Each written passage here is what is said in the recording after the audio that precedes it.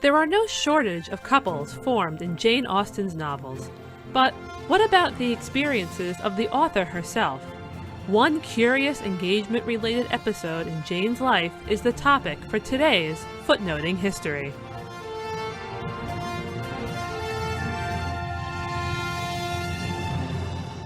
Hey everyone, Christine here with Footnoting History's newest episode, The Unengagement of Jane Austen. I know, the author of some of the most well-known books in all of English literature is hardly an unfamiliar name for many people. But the truth is that I love Jane, and in particular, I have a fascination with this one incident in her life, and so I wanted to share it with you. You see, once upon a time, in 1802, Jane Austen had an encounter with a gentleman that could have changed her life forever. But, as we know, before we jump into the big moment, let's just list some fast facts about Jane to sort of set the stage, if you will. 1. Jane was born on December 16th, 1775, at Steventon in Hampshire, England, to George and Cassandra Austen, and she died on July 18th, 1817, in Winchester, England, at age 41. 2. She had 6 brothers but only one sister. That sister, Cassandra, was older than her, and by all accounts, she was Jane's absolute best friend. There are some stories about Jane's life that are only even passed down because Cassandra told them to her nieces and nephews well after Jane had died. 3. Jane's main canon of books consists of Sense and Sensibility, Pride and Prejudice, Mansfield Park, Emma, Northanger Abbey, and Persuasion. But only 4 were published in her lifetime. Northanger Abbey and Persuasion were not published until after she died, much like the story Lady Susan and her unfinished works and some of what she had written as a child. This leads me to the 4th, our final one before getting to 1802. Jane didn't live as some sort of celebrated author. She wasn't the toast of the town, going around doing book tours and signings like would happen today. This was largely because her books were published anonymously. Her first publication, Sense and Sensibility, was noted as being written by a lady, with subsequent books saying things like, by the author of Sense and Sensibility. It wasn't until Northanger Abbey and Persuasion were published after her death that her name was actually affixed to her works. What then was Jane up to in 1802, the time of our main event? Well, first off, although she was definitely already writing, she had not yet had anything published, and would not for quite some time. She was single, and at nearly 27, opportunities for changing that state were not particularly forthcoming. Her personality included what her family later called an unusually quick sense of the ridiculous, which is something I would like people to say about me. I mean, that's kind of a great way to be described. She was prone to having cheeks that were quite rosy, and she had brunette hair that framed her face. 1802 found Jane residing with her family in Bath, that famous social town where people like to have fun and gossip, which was a far cry from the quiet countryside where she grew up. The year before, her father and mother had decided it was time to turn over their home at Steventon to Jane's brother, and so the move to Bath was made, whether Jane and Cassandra wanted to go or not. But this move from their beloved childhood home did not sever the sisters' ties with friends there. Towards the end of 1802, just before Jane's birthday, she and Cassandra returned to the area to visit some such long-term friends. These friends were the Big Sisters of Manydown Park, a manor near to Jane's beloved Steventon. It was during this visit, which was probably anticipated to be relatively run-of-the-mill, that Jane Austen received her only known proposal of marriage, our big event. Now, Jane was not ignorant of what it meant to be married, be it a love match or a practical one. She had, of course, family and acquaintances who were married, and if you've ever read any of her novels, you know that she wrote significant amounts about the coming together of various fictional couples. She had also watched her dear sister Cassandra endure heartbreak years before, when Cassandra's intended passed away before they could marry. Cassandra, it should be noted, remained single for the rest of her life.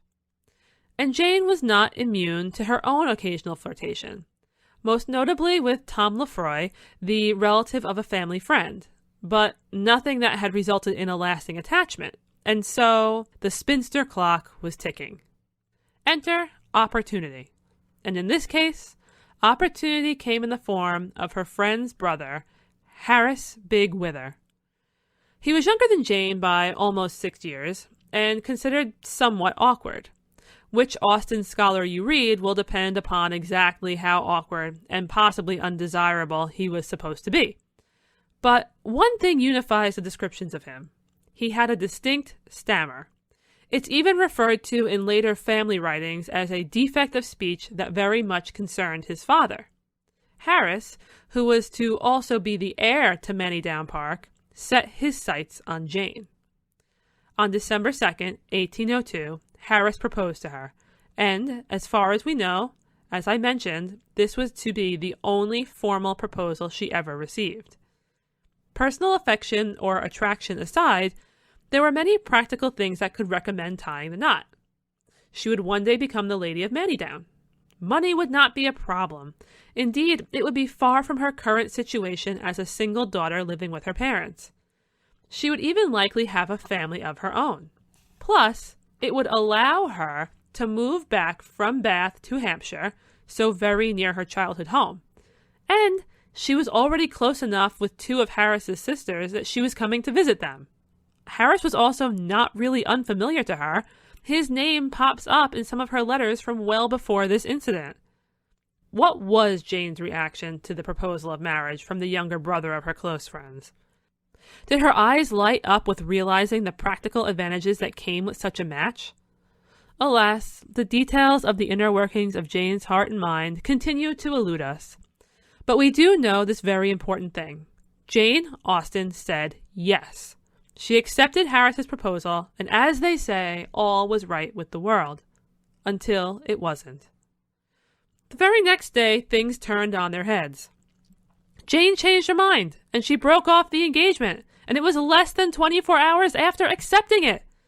Whatever motivated Jane's acceptance was apparently not enough for it to last for more than one evening. What a scandal! As befitted such a twist, Jane and Cassandra quit Manydown Park, no doubt cutting their intended visit quite short.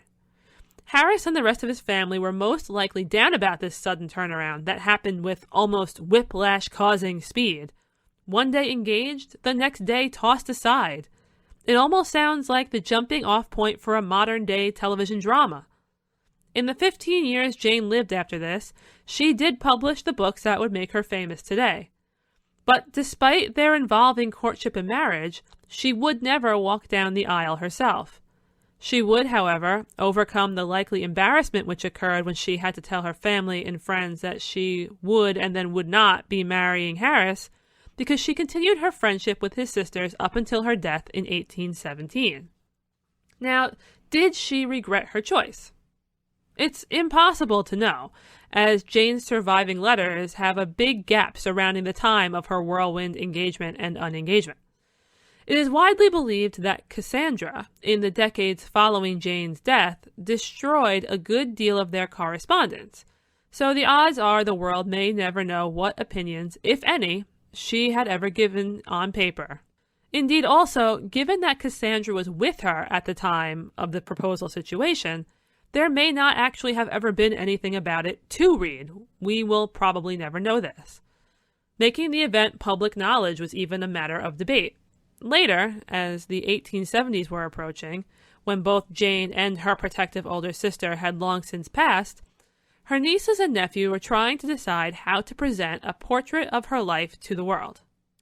During the discussions that would ultimately result in the publication of A Memoir of Jane Austen, the question came up of how to handle Jane's love affairs or lack thereof.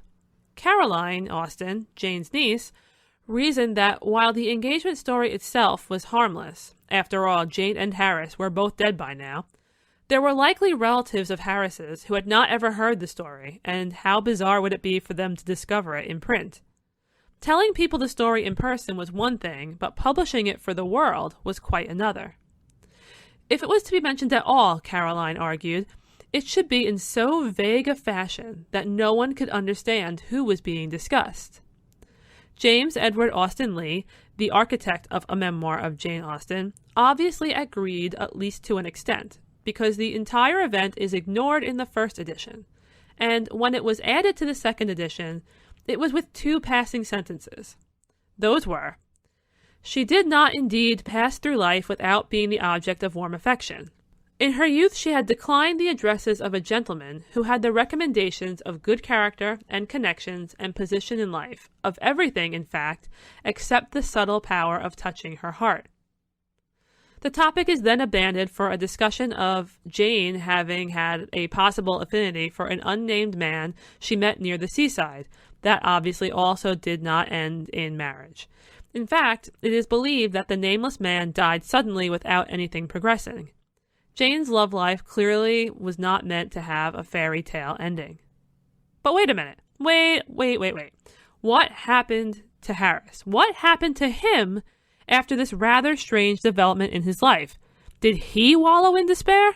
No. Quite the contrary. And we must discuss that, lest he be relegated yet again to serving as a footnote in Ms. Austen's life. In November of 1804, little less than 2 years after the failed engagement attempt, Harris married. The woman he married was Anne Howe Frith, daughter of Jane and Beddington Frith. Her father was actually a lieutenant colonel of the North Hants militia. The couple settled at Wimmering Manor in Hampshire. Okay, fun fact. When I was researching this podcast and reading about Wimmering Manor, I learned that it has been featured more than once on modern British television shows for being considered one of the most haunted houses in the UK. So if you like being creeped out, you may want to give that a Google or a look on YouTube or something. I mean, I admit that I didn't watch any of them because I am one of the easiest scared people you'll ever meet, but it was a very strange and interesting connection, and so I thought I should point it out. Anyway, so Harris recovered, and he married Anne in November of 1804. They lived together in Wimmering until 1813. That was when Harris's father died, and he inherited Manydown and all that came with it. A family history, published in 1907 by Reverend Reginald Bigg-Wither, says that due to his stammering, Harris continued to avoid society, and while he was quite hospitable in his own home, he was also quick-tempered.